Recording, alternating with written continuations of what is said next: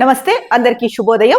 News top morning headlines కి స్వాగతం. తెలంగాణ వార్తాపత్రికల్లో వచ్చిన ప్రధాన అంశాలను ఒకసారి చూద్దాం. ముందుగా వెలుగు న్యూస్ పేపర్ లో వచ్చిన ప్రధాన అంశాలను చూస్తే, ఓటర్ ఐడితో ఆధార్ లింక్, యుఐడిఏఐ సిఇఓతో కేంద్ర హోంశాఖ చర్చలు, ఎస్సీ వర్గీకరణకు ఆమోదం, శాసన మండలిలో బిల్ పాస్, దేశంలోనే తొలి రాష్ట్రంగా తెలంగాణ రికార్డు, ఎన్నికల్లో ఇచ్చిన మాట నిలబెట్టుకున్నాం సీఎం రేవంత్ రెడ్డి. నేడు రాష్ట్ర బడ్జెట్ అసెంబ్లీలో ప్రవేశపెట్టనున్న డిప్యూటీ సీఎం బట్టి. హైదరాబాద్ లో బతకాలంటే నెలకు 31,000 రూపాయలు కావాలి. సింగిల్ రూమ్ కావాలన్నా 8,000 రూపాయలు పెట్టాల్సిందే.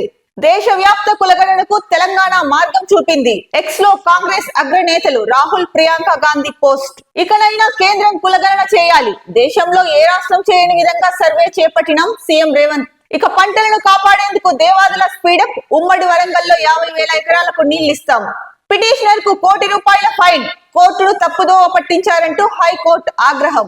బెట్టింగ్ యాప్స్ కేసులో ఈడీ ఎంట్రీ. పంజాగుట్ట పోలీసుల నుండి వివరాల సేకరణ. Back to earth. నేడు తెల్లవారుజామున భూమికి సునీత, ఇతర ఆస్ట్రోనాట్లు. ఇక ప్రధాన ముఖ్యాంశాల్లో వివరాల్లోకి వెళ్తే కనుక, నిన్న ఎట్టకేలకు శాసన మండలిలో ఎస్సీ వర్గీకరణకైతే ఆమోదం తెలిపారు. దానికి సంబంధించిన ప్రధాన వార్త ఇచ్చారు. ఇక ఎన్నికల్లో ఇచ్చిన మాట నిలబెట్టుకున్నామని చెప్పేసి సీఎం చెప్పడం జరిగింది. ఎస్సీ వర్గీకరణతో ఏ ఒక్కరికి అన్యాయం జరగనివ్వము. దీనికోసం జరిగిన పోరాటంలో ఎంతో మంది అమరులయ్యారు. వాళ్ళ కుటుంబాలకు ఇందిరమ్మ ఇండ్లు ఇస్తాం. ఎమ్మెల్యే వివేకా సూచన మేరకు ఎస్సీ రిజర్వేషన్లను పెంచుతాం. 2026 జనాభా లెక్కల ఆధారంగా నిర్ణయం తీసుకుంటామని వెల్లడి. నిన్న అయితే కనుక మొత్తానికి చారిత్రాత్మక ఎస్సీ వర్గీకరణ బిల్లుకు శాసనసభ మండలి ఏకగ్రీవంగా ఆమోదం తెలిపాయి. తద్వారా ఎస్సీ వర్గీకరణ అమలు చేస్తున్న తొలి రాష్ట్రంగా తెలంగాణ నిలిచింది. ఎస్సీ వర్గీకరణ కోసం 30 ఏళ్లుగా పోరాటం జరుగుతుండగా సుప్రీంకోర్టు తీర్పు వచ్చిన వెంటనే రాష్ట్రంలో దాన్ని అమలు చేస్తామని ప్రభుత్వం ప్రకటించింది. అందుకు అనుగుణంగా ఎస్సీ వర్గీకరణ బిల్లును సోమవారం అసెంబ్లీలో ప్రవేశపెట్టగా మంగళవారం మండలిలో ప్రవేశపెట్టింది. ఈ బిల్లుకు ఉభయ సభలు మంగళవారం ఏకగ్రీవంగా ఆమోదం తెలిపాయి. సో ఎస్సీ వర్గీకరణ గురించి 30 ఏళ్లుగా పోరాటం జరుగుతోంది. అయితే సుప్రీంకోర్టు రంగంలోకి దిగి సుప్రీంకోర్టు ఆదేశిస్తే కానీ రాష్ట్రాలు దీనిపైన ఎస్సీ వర్గీకరణ పైన ముందుకు వెళ్ళలేదు. అంటే ఈ విషయంలో సుప్రీంకోర్టు కలగజేసుకొని చెప్తే కానీ రాష్ట్రాలు ఏ ఒక్కటి ముందుకు వెళ్ళలేదు. సుప్రీంకోర్టు తీర్పు ఇచ్చిన వెంటనే తెలంగాణ రాష్ట్ర ప్రభుత్వము అలాగే ఏపీలో కూడా చేపడుతున్నారు ఎస్సీ వర్గీకరణ.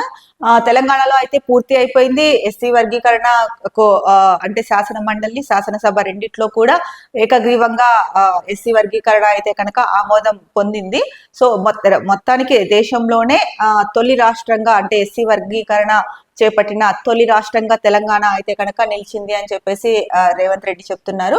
అలాగే కులగణన సర్వేలో కూడా తెలంగాణ రికార్డు సృష్టించింది. దేశంలోనే అంటే మొట్టమొదటి రాష్ట్రంగా తెలంగాణనే చేపట్టింది కులగణన సర్వే అన్నది కూడా మనం ఇదివరకు గతంలో వార్తలు చూసుకున్నాము. సో రెండు ఎస్సీ, ఒకటి బీసీలకు 42% రిజర్వేషన్లు, ఇంకొకటి ఎస్సీ వర్గీకరణ. మొత్తానికైతే రెండింటికి శాసనసభ శాసన మండలి ఆమోదం అయితే లభించింది. ఇక వీటిని ఏదైతే 42% బీసీ రిజర్వేషన్లు ఉందో దాన్ని ఇక కేంద్ర ప్రభుత్వం ఆమోదించాల్సిన అవసరం అయితే కనుక ఉంది. మొత్తానికి అందరూ ఎప్పుడెప్పుడా అని అంటే 30 ఏళ్ల పోరాటానికి అయితే కనుక ఫలితం దక్కింది ఎస్సీ వర్గీకరణ ఆమోదంతో. ఇక ఈ ఎస్సీ వర్గీకరణ కోసం అయితే కనుక దీనికోసం జరిగిన పోరాటంలో చాలా మంది అయితే కనుక అమరులయ్యారు.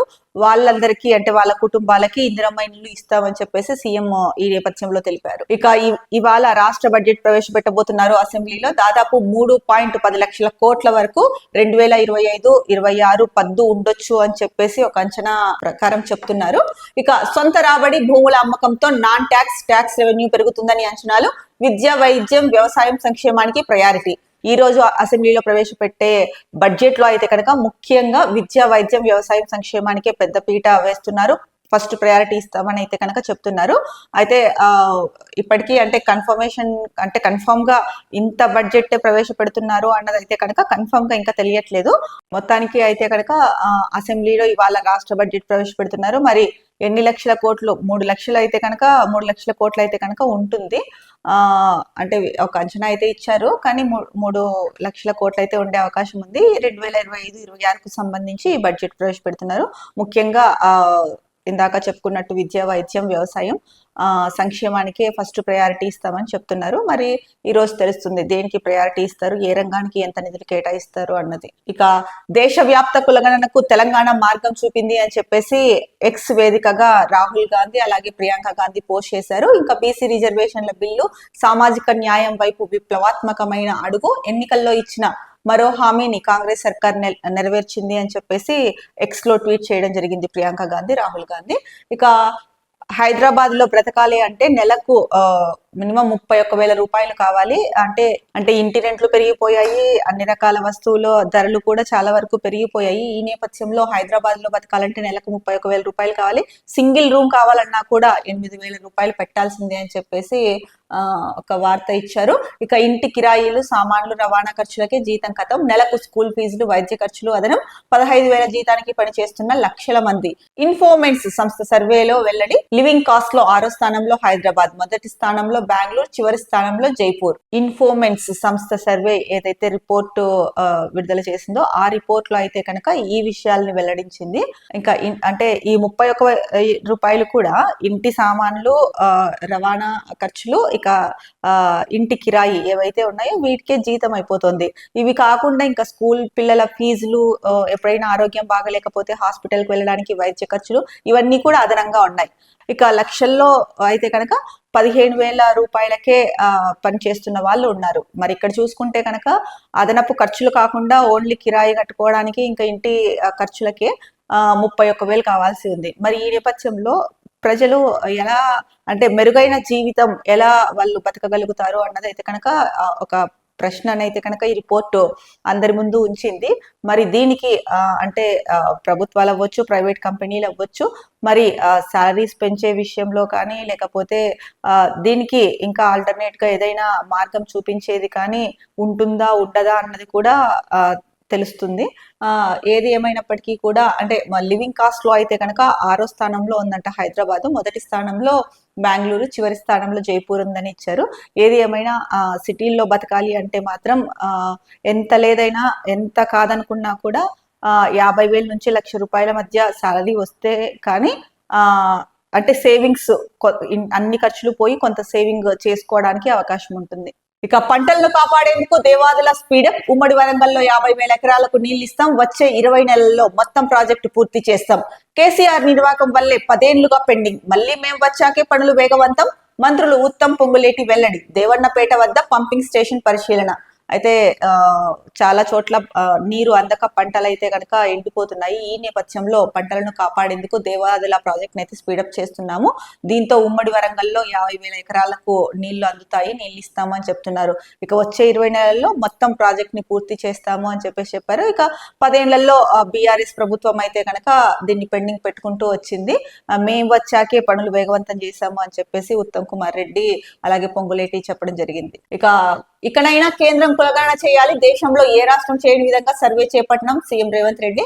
అసెంబ్లీలో పెట్టి బిల్ పాస్ చేసినాం. దుర్బుద్ధితోనే కొంతమంది సర్వేలో పాల్గొనలేదు, కొందరు నన్ను విమర్శిస్తూ కులగణన చేయని వారి సపోర్టు కోరుతున్నారు. ఈ ముసుగులో రాజకీయం చేసే వారి ట్రాప్ లో పడొద్దు. రాహుల్ గాంధీకి అభినందన సభ పెట్టండి, ఢిల్లీ ధర్నాకు ఆయన వచ్చేలా అపాయింట్మెంట్ తీసుకుంటాం. బీసీల అండతోనే తాము అధికారంలోకి వచ్చామని వెల్లడి, సీఎం రేవంత్ కు బీసీ సంఘాల ఆధ్వర్యంలో సన్మానం. సో అసెంబ్లీలో ఏదైతే ఎన్నికల్లో హామీ ఇచ్చామో దాన్ని నెరవేర్చాము, అసెంబ్లీలో బిల్లు పెట్టి పాస్ చేయించాము. బీసీ రిజర్వేషన్లో 42% గురించి చెప్తూ రేవంత్ రెడ్డి అయితే వ్యాఖ్యలు చేశారు. ఇక ఇప్పుడైనా సరే కేంద్రం కులగణన చేపట్టాలి అని చెప్పేసి ముఖ్యంగా చెప్తున్నారు. ఇక రాహుల్ గాంధీకి అభినందన సభ పెట్టి ఢిల్లీ ధర్నాకు ఆయన వచ్చేలా అపాయింట్మెంట్ తీసుకుంటాము అని చెప్పేసి చెప్తున్నారు. ఎందుకంటే రాహుల్ గాంధీ సూచన మేరకే ఎన్నికల్లో హామీ ఇచ్చాము, ఆ హామీని నిలబెట్టాము అని చెప్పేసి ఇదివరకే రేవంత్ రెడ్డి చెప్పడం జరిగింది. అయితే కొంతమంది నన్ను విమర్శిస్తూ కులగణన చేయని వారి సపోర్ట్ కోరుతున్నారు అని చెప్పేసి అన్నారు. ఇది ముఖ్యంగా తీన్మార్ మల్లని ఉద్దేశించి అయి ఉండొచ్చు అని అనుకుంటున్నాం. ఎందుకంటే తీన్మార్ మల్లన్న కేటీఆర్ ని కలిశారు అని చెప్పేసి కొన్ని వార్తలు వచ్చాయి. ఇక కేసీఆర్, కేటీఆర్ వీళ్ళు కులగణన సర్వేలో పాల్గొనలేదు. మరి ఇక్కడ కొందరు నన్ను విమర్శిస్తూ కులగణన చేయని వారి సపోర్ట్ కోరుతున్నారు అన్నారు కదా, ఇంకా మల్లన్నను ఉద్దేశించి వ్యాఖ్యలు చేశారని తెలుస్తోంది. ఇక దుర్బుద్ధితోనే కొంతమంది ఈ సర్వేలో కూడా పాల్గొనలేదు అని కేసీఆర్ కేటీఆర్లను ఉద్దేశించి అయితే కనుక చెప్తున్నారని అర్థమవుతుంది. ఇక ఈ నేపథ్యంలో బీసీలకు 42% రిజర్వేషన్ల బిల్లు ఏదైతే అసెంబ్లీ ఆమోదం పొందిందో దాన్ని హర్షం వ్యక్తం చేస్తూ బీసీ సంఘాల నేతలు సీఎంకి అయితే కనుక సన్మానం చేశారు. ఇక బ్యాక్ టు ఎర్త్. నేడు తెల్లవారుజామున భూమికి సునీత ఇతర ఆస్ట్రోనాట్లు. సోమవారం ఉదయం 10:35 ఐఎస్ఎస్ నుంచి రిటర్న్ జర్నీ షురు. స్పేస్ ఎక్స్ డ్రాగన్ క్యాప్సూల్స్ లో 17 గంటల ప్రయాణం. సునీత సేఫ్ గా ల్యాండ్ అవ్వాలని కోరుకుంటూ భారత్ లో పూజలు. అంతర్జాతీయ అంతరిక్ష కేంద్రం ఐఎస్ఎస్ నుంచి సునీతతో పాటు నాసా ఆస్ట్రోనాట్లు Butch Wilmore, Nick Hague, Russian cosmonaut Alexander Gorbunov తో కూడిన స్పేస్ ఎక్స్ క్రూ డ్రాగన్ వ్యోమనౌక భూమికి బయలుదేరింది. భారత కాలమానం ప్రకారం మంగళవారం ఉదయం 10:35 అండాకయ్యింది. భూమి చుట్టూ కక్షలో తిరుగుతూ 17 గంటల జర్నీ తర్వాత బుధవారం తెల్లవారుజామున 3:27 అమెరికాలోని ఫ్లోరిడా వద్ద సముద్రంలో దిగనుంది. క్యాప్సూల్స్ ను తీరానికి చేర్చి ఆస్ట్రోనాట్స్ ను నేరుగా నాసా స్పేస్ సెంటర్ కు తరలించి మెడికల్ టెస్టులు నిర్వహించనున్నారు. 9 నెలల నిరీక్షణ కాలానికి ఇవాల్టితో తెరపడనుంది. 9 నెలలు అంతరిక్షంలోనే చిక్కుకుపోయిన సునీత విలియమ్స్ మిగతా ఆస్ట్రోనాట్స్ ఎట్టకేలకు ఇవాళ 10:35 అయితే కనుక అమెరికాలోని సముద్ర తీరంలో అయితే ల్యాండ్ అవబోతున్నారు. ఇక అక్కడి నుంచి అంటే క్యాప్సూల్స్ ను తీరానికి చేర్చి ఆస్ట్రోనాట్స్ ని నేరుగా స్పేస్ సెంటర్ కి పంపించి వాళ్ళకి మెడికల్ టెస్టులు నిర్వహించనున్నారు అని చెప్పేసి చెప్తున్నారు. అంటే వీళ్ళు క్షేమంగా భూమి మీదకు తిరిగి రావాలని చెప్పేసి భారత్ లో అయితే కనుక మన దేశంలో చాలా మంది పూజలు చేస్తున్నారని చెప్పి కూడా ఇచ్చారు. ఇక స్పేస్ ఎక్స్ డ్రాగన్ క్యాప్సూల్స్ లో సునీత విలియమ్స్ అలాగే మిగతా ఆస్ట్రోనాట్లు జర్నీ చేస్తున్నారు. ఇది 17 గంటలు పడుతుంది దాదాపు అమెరికాలోని ఫ్లోరిడా సముద్ర తీరానికి చేరేసరికి. సో వాళ్ళకి ఏమి కాకుండా సురక్షితంగా క్షేమంగా భూమి మీదకి చేరుకోవాలని చెప్పేసి భారతదేశంలో అయితే కనుక పూజలు నిర్వహిస్తున్నారు. ఇక ఎట్టకేలకు 9 నెలల నిరీక్షణకు అయితే కనుక తెరపడుతోంది అని అయితే కనుక చెప్పొచ్చు. ఇది చాలా సంతోషకరమైన వార్త. ఉదయమే చాలా శుభ పరిణామం కూడా. ఇక మరో ముఖ్యమైన వార్తాపత్రిక ఈనాడు చూసుకుంటే కనుక వాస్తవాలను తొక్కిపెట్టడం, న్యాయస్థానాన్ని తప్పుదోవ పట్టించడమే. విచారణలో ఉన్న భూమి హక్కులపై పిటిషన్ల మీద పిటిషన్లు వేసిన వ్యక్తికి ₹1 కోటి జరిమానా. హైకోర్టు సంచలన తీర్పు. వాస్తవాలను తొక్కిపెట్టి అవసరాలకు అనుగుణంగా పిటిషన్లు వేస్తూ కోర్టులపై భారం మోపడమే కాకుండా విలువైన సమయాన్ని వృధా చేసిన హైదరాబాద్ కు చెందిన వెంకటరామిరెడ్డి అనే వ్యక్తికి ₹1 జరిమానా విధిస్తూ హైకోర్టు మంగళవారం సంచలన తీర్పు వెలువరించింది. ఈ మొత్తాన్ని ఏప్రిల్ 10లోగా హైకోర్టు న్యాయ సేవాధికార సంస్థకు చెల్లించని పక్షంలో ఈ పిటిషన్ ను తిరిగి బెంచ్ ముందుంచాలని జ్యుడిషియల్ రిజిస్ట్రార్ ను ఆదేశించింది. రాష్ట్ర హైకోర్టు చరిత్రలో ఇంత పెద్ద మొత్తంలో జరిమానా విధిస్తూ తీర్పు ఇవ్వడం ఇదే తొలిసారి.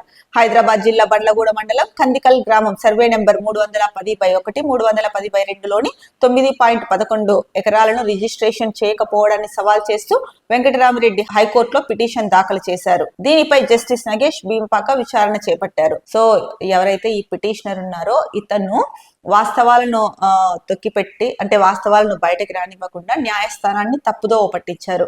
మరి న్యాయస్థానాన్ని తప్పుదోవ పట్టించి పిటిషన్ల మీద పిటిషన్లు వేసి న్యాయస్థానానికి సమయం ఎంతో విలువైనది. ఆ సమయాన్ని వృధా చేస్తూ తప్పుదోవ పట్టించినందుకు గాను ₹1 జరిమానా విధిస్తూ అయితే కనుక తీర్పునిచ్చింది.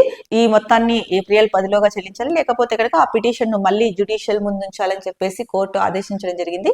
అయితే చూసుకుంటే కనుక రాష్ట్ర చరిత్రలో ఇంత పెద్ద మొత్తంలో కోర్టు జరిమానా విధించడం ఇదే తొలిసారి అని చెప్పి కూడా ఇచ్చారు. ముఖ్యంగా ఈ పిటిషనర్ అయితే కనుక అంటే భూమి విషయంలో కోర్టుని తప్పుదోవ పట్టించడం జరిగింది. అంటే ఏదైతే భూమి ఉందో ఆ సర్వే నెంబర్స్ ని చెప్తూ వాటిని రిజిస్ట్రేషన్ చేయకపోవడాన్ని సవాల్ చేస్తూ కోర్టులో అయితే కనుక పిటిషన్ వేశారు. దానిపైన జస్టిస్ నగేష్ భీమపాక విచారణ చేపట్టారు. దీనికి సంబంధించి అంటే వాస్తవాలు వెలుగులోకి వచ్చిన తర్వాత తను కావాలనే అంటే పిటిషన్ల మీద పిటిషన్లు వేసి కోర్టు సమయం వృధా చేశారు అని చెప్పేసి కోర్టు తీవ్ర ఆగ్రహం వ్యక్తం చేసింది. ₹1 జరిమానా విధించింది. ఇక్కడ జస్టిస్ నగేష్ భీమపాక గారు చెప్పిన మాట చూస్తే కనుక భారతీయ సమాజానికి సత్యం అనే విలువే పునాది. సత్యం అంటే వాస్తవాలు మాట్లాడడమే కాకుండా సార్వత్రిక చట్టాలకు అనుగుణంగా నైతిక ప్రమాణాలను అనుసరిస్తూ జీవించడం ప్రధానం. ఆధునిక ప్రపంచంలో సామాజిక రాజకీయ చట్టపరమైన వ్యవస్థల సమగ్రత పరిరక్షణలో సత్యం అంతర్భాగమే. ఈ ప్రాథమిక విలువను ఎలా తొక్కిపెట్టారన్న దానికి ఈ కేసు ఓ మచ్చుతునక. ఈ ప్రాథమిక విలువలను ఎలా తొక్కి పెట్టారన్న దానికి ఈ కేసు మచ్చుతునక లాంటిది అని చెప్పేసి జస్టిస్ నగేష్ గారు అయితే కనుక చెప్పడం జరిగింది. మరి ఆ పిటిషనరు ఏ ఉద్దేశంతో అంటే ఎందుకు కోర్టు సమయాన్ని వృధా చేసి పిటిషన్ల మీద పిటిషన్లు వేసి కోర్టునే ఏకంగా తప్పుదో పట్టించాడు అంటే అతనిని ఇంకేమనాలి? అందుకే కోర్టు సరైన సమాధానమే ఇచ్చింది. ఇక ప్రభాకర్ రావుపై రెడ్ కార్నర్ నోటీస్, మరో నిందితుడు శ్రవణ్ రావు పైన ఫోన్ అక్రమ ట్యాపింగ్ కేసులో కీలక పరిణామం. ఫోన్ అక్రమ ట్యాపింగ్ ఏదైతే ఉందో దీనిపైన అంటే ఒక ముందడుగు పడింది, ఒక కీలక పరిణామం జరిగిందని చెప్పొచ్చు. ఇక ప్రభాకర్ రావుపై రెడ్ కార్నర్ నోటీస్ జారీ చేశారు. అలాగే శ్రవణ్ కుమార్ ఎవరైతే ఉన్నారో ఆయన పైన కూడా ఈ రెడ్ కార్నర్ నోటీస్ అయితే కనుక ఇచ్చారు. మరి ఏం జరుగుతుందో తర్వాత అన్నది అయితే కనుక చూడాలి. ఇక 10వ తరగతి ప్రశ్నాపత్రంపై క్యూఆర్ కోడ్, ప్రతి పేజీ పైన సీరియల్ నెంబర్. ఈసారి 24 పేజీల ఆన్సర్ బుక్లెట్, 21 నుంచి పరీక్షల నిర్వహణకు ఏర్పాట్లు. సో ఏపీ తెలంగాణలో అయితే కనుక ఆ 10వ తరగతి ప్రశ్నాపత్రంపై క్యూఆర్ కోడ్ వేశారు. ప్రతి పేజీలో కూడా సీరియల్ నెంబర్ ఉంటుంది. ఈసారి 24 పేజీలతో కూడిన బుక్లెట్ అయితే కనుక అంటే ఆన్సర్స్ రాయడానికి 24 పేజీలతో కూడిన ఆన్సర్ బుక్లెట్ ఇస్తున్నారు. ఇక 21వ తేదీ నుంచి పరీక్షలు నిర్వహించడానికి అన్ని ఏర్పాట్లు చేస్తున్నారు అని చెప్పేసి ప్రధానంగా చెప్పారు. ఇక మరో ముఖ్యమైన వార్తాపత్రిక దిశ చూస్తే కనుక betting apps ED entry, promote చేసిన 11 మందిపై ఫోకస్, ఆర్థిక లావాదేవీలపై ఆరా తీసే ఛాన్స్. ఇప్పటికే ప్రాథమిక కసరత్తు పూర్తి. ఇక బెట్టింగ్ యాప్స్ ప్రమోట్ చేసిన 11 మంది ఎవరైతే ఉన్నారో యూట్యూబర్, ఇన్ఫ్లుయెన్సర్స్, అలాగే టీవీ ఆర్టిస్టులు, సెలబ్రిటీలు, దీనిపైన అయితే కనుక ప్రాథమిక కసరత్తు ఇప్పటికే పూర్తి అయిపోయింది.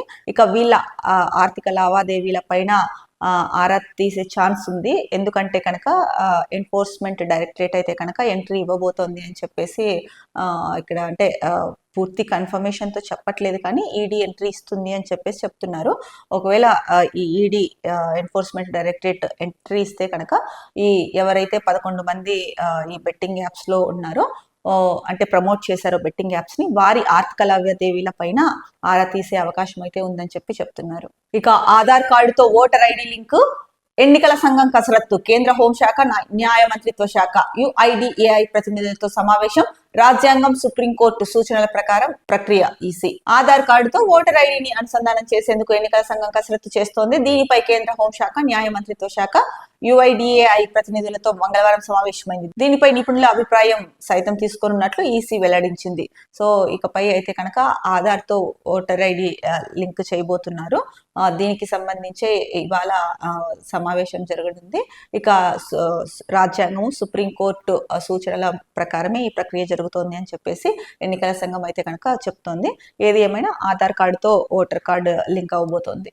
రేపో మాపో బీజేపీకి కొత్త చీఫ్, ఇప్పటికే హైకమాండ్ కసరత్తు పూర్తి, ఓ సీనియర్ నేత ఫైనల్, ఎమ్మెల్సీ ఎన్నికల్లో గెలుపుతో పార్టీకి మరింత బూస్ట్. ఇక అంటే 1-2 రోజుల్లో అయితే కనుక బీజేపీకి కొత్త చీఫ్ వచ్చే అవకాశం, ఎన్నుకునే అవకాశం అయితే కనుక ఉంది అని చెప్పేసి ఇక్కడ ప్రధానంగా వార్తలు తెలుస్తోంది. ఇప్పటికే హైకమాండ్ దీనిపైన కసరత్తు పూర్తి చేసింది. ఓ సీనియర్ నేత పేరు కూడా ఫైనల్ అయినట్టు ఒక చెప్తున్నారు. బట్ అది ఎంతవరకు కరెక్ట్ అన్నది ఇంకా తెలియదు. ఇక ఎమ్మెల్సీ ఎన్నికలు అయితే కనుక బీజేపీకి మరింత బూస్ట్ నిచ్చాయి అని అయితే చెప్పొచ్చు.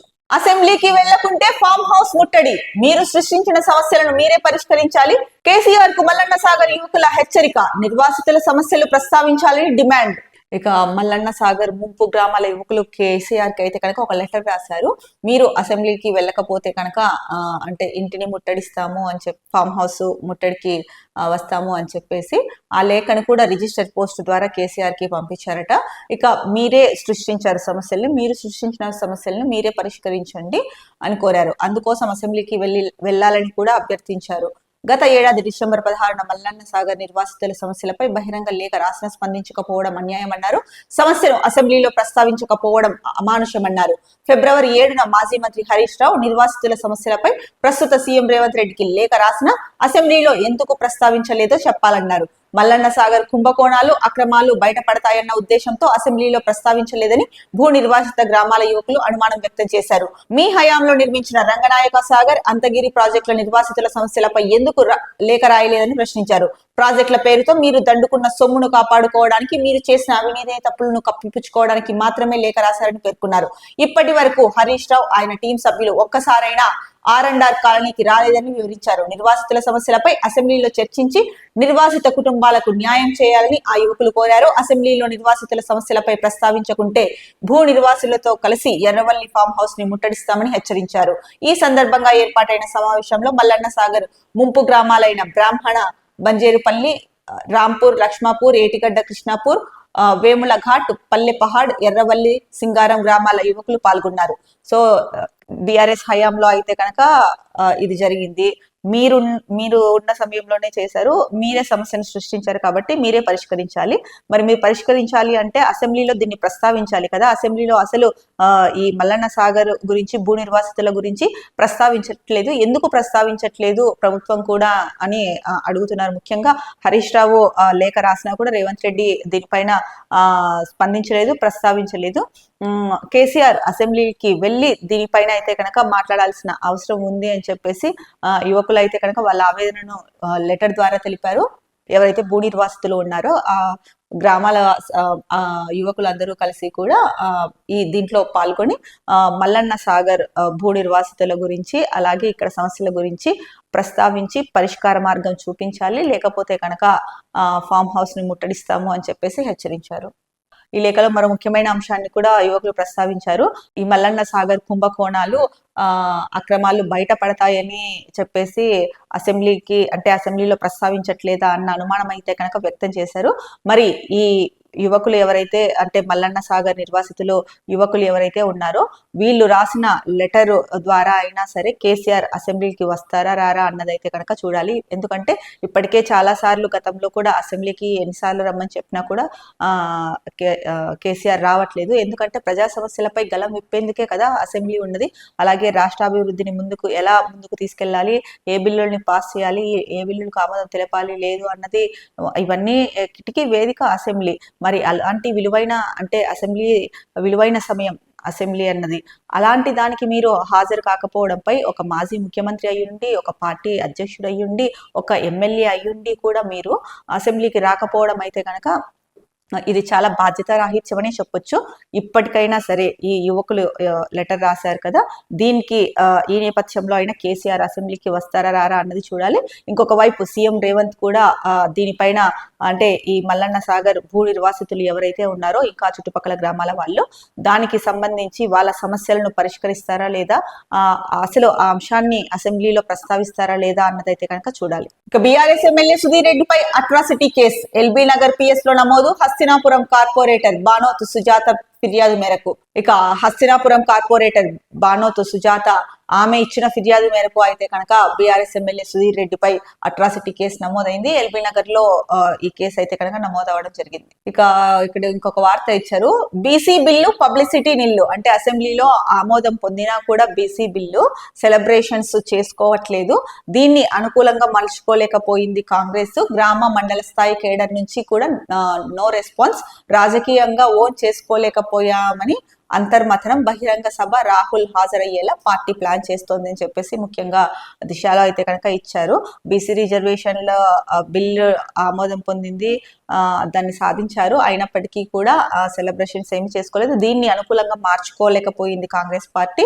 అలాగే గ్రామ మండల స్థాయి క్యాడర్ నుంచి కూడా దీనిపైన ఎటువంటి రెస్పాన్స్ రాలేదు అని చెప్పేసి రాజకీయంగా దీన్ని ఓన్ చేసుకోలేకపోయామని చెప్పేసి కొంతమంది అయితే అంతర్మథనం అంటే లోపల బాధపడుతున్నారు అని చెప్పేసి ఇచ్చారు. ఇక బహిరంగ సభ రాహుల్ హాజరయ్యేలాగా అయితే కనుక ప్లాన్ చేస్తోంది కాంగ్రెస్ పార్టీ అని చెప్తున్నారు. ఇక హరీష్ రావు మాట్లాడుతూ కొత్తగా 50,000 కోట్ల రూపాయల అప్పు, అడిగే ప్రశ్నలకు సమాధానాలు లేకనే మా గొంతు నొక్కే కుట్ర, 0 అవర్ పెట్టకపోయినా క్వశ్చన్ అవర్ పెట్టాల్సిందే. Siddipet MLA Harish Rao. TGIIC, HMDA, GHMC ఆస్తులు తనఖా పెట్టేందుకు సర్కార్ యత్నం.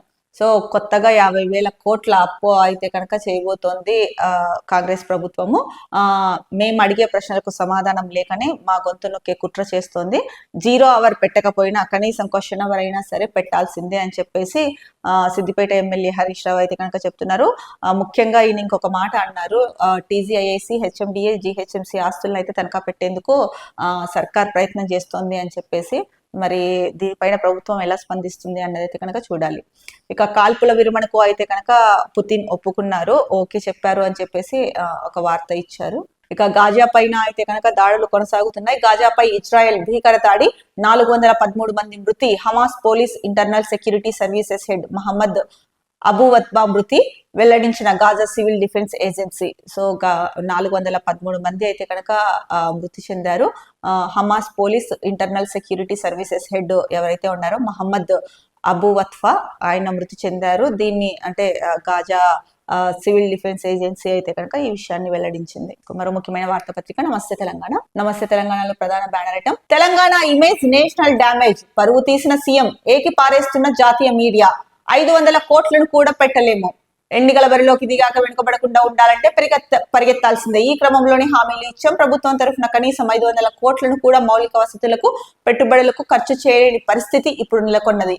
ఈ నెల 8వ తేదీన ఇండియా టుడే కాన్క్లేవ్ లో రేవంత్ రెడ్డి చెప్పారంట. ఇక మొన్నటి వరకు తెలంగాణ రికార్డుల వార్తలు, ఇప్పుడు జాతీయ మీడియాలో సీన్ రివర్స్. అప్పులు, రైతు గోస, స్కామ్లు, వెళ్లిపోతున్న కంపెనీలు అంటూ కాంగ్రెస్ పాలనపై వార్తలు వస్తున్నాయి. సీఎం అప్పుల వ్యాఖ్యలతో బయట చులకన, పరపతి గాల్లో కలిసిందన్న పారిశ్రామికవేత్తలు.